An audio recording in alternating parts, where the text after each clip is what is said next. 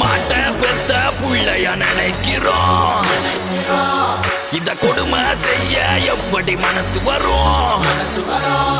இதன் பின்னே உள்ள சர்வதேச அரசியல் வியாபாரத்திற்காக நடந்திடும் வெறி செயல். இந்த விளையாட்டை தடை செய்தால் நாட்டு மாடு அழியும். வெளிநாட்டு நிறுவனங்கள் வியாபாரம்